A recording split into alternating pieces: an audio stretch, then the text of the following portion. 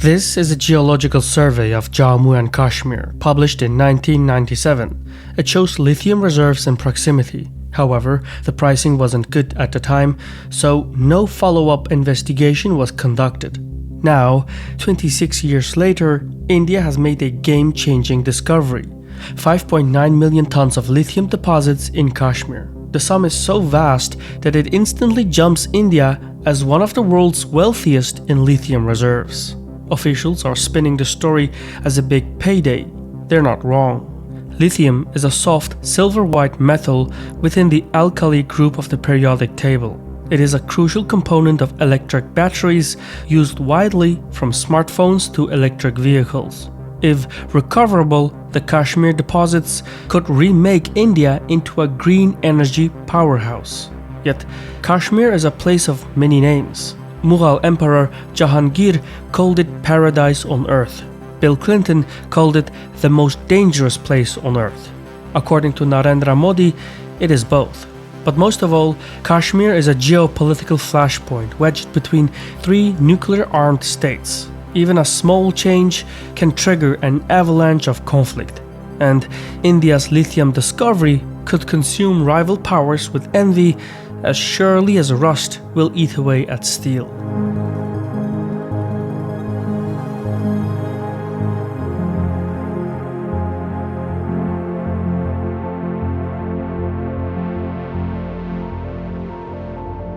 India's story is the latest in a long line of geopolitical flashpoints, events that feel more common than ever in our increasingly volatile and connected world. A world so interconnected that India being torn apart wouldn't just affect Indians. It would sever a US-India trade eclipsing $190 billion, destroy over 70,000 American jobs, and cut over $14 billion in investment. And that's just in the US, a country where already half of the surveyed Americans making six figures live paycheck to paycheck.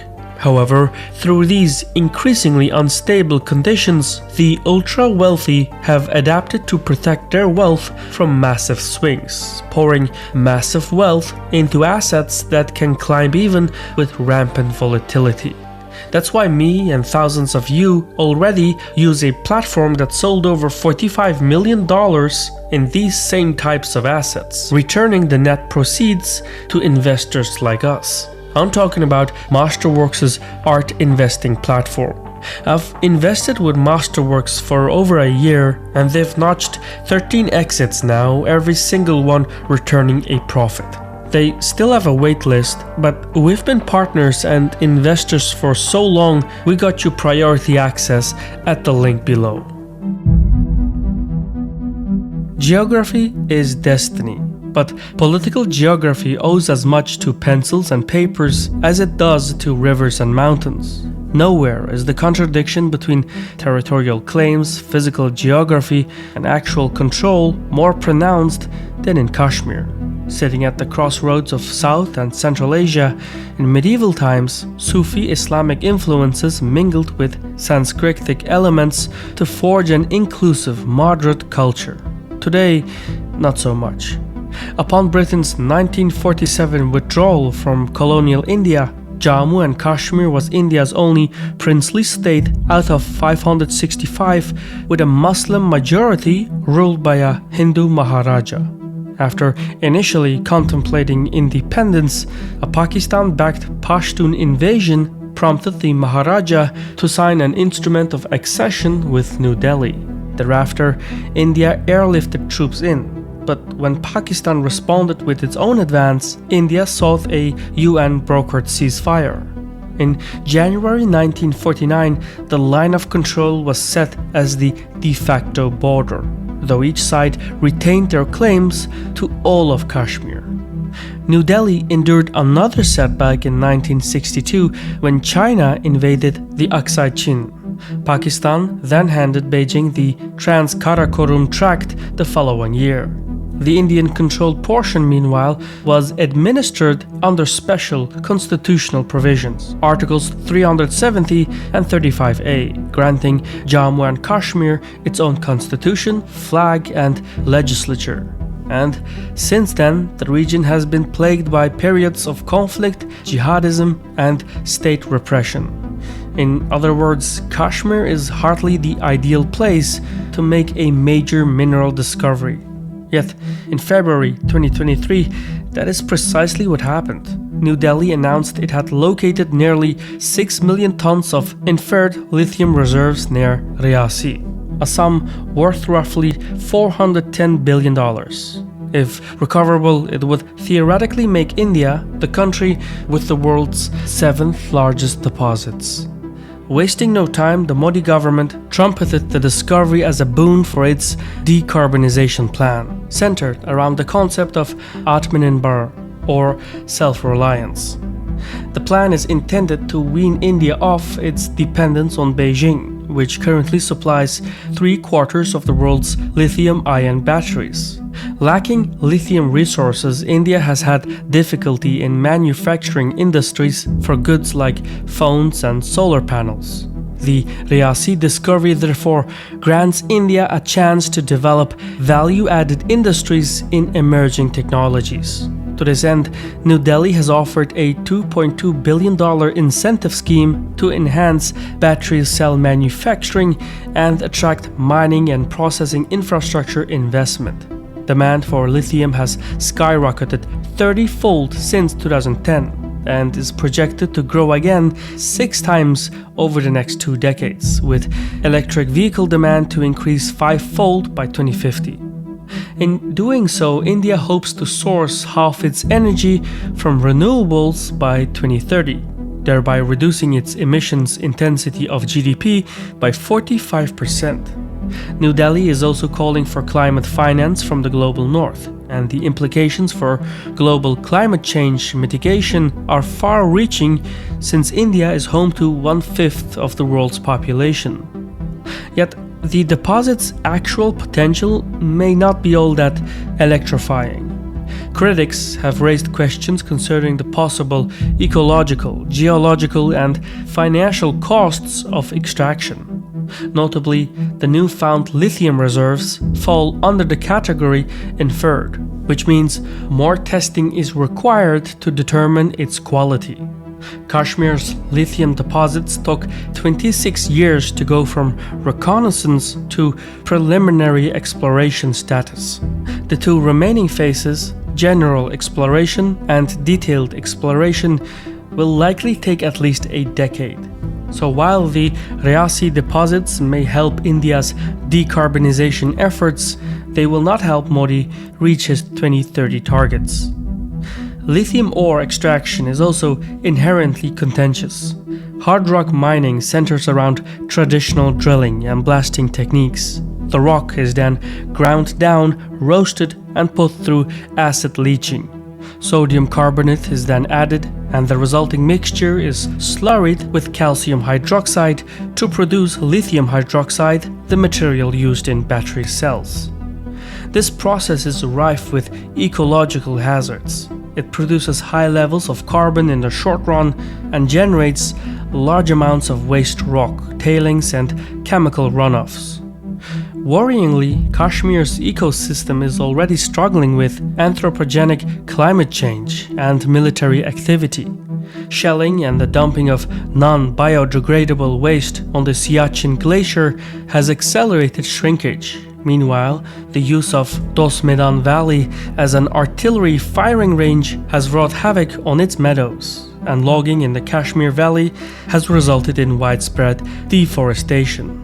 Now, given the damage lithium extraction causes to air and soil, this could further threaten the surrounding forests and their wildlife. So, any decarbonization benefit gained by extraction would have to outweigh the ecological costs, and the economic benefits would have to outweigh the potential costs to Kashmir's wildlife and nature-dependent tourism industry. Beyond that, lithium mining can cause subduction, and since Riyasi is prone to earthquakes of magnitude of 8 or more, if this combines with geological processes, nearby mining could render the town unlivable, as it already has elsewhere in the Himalayas.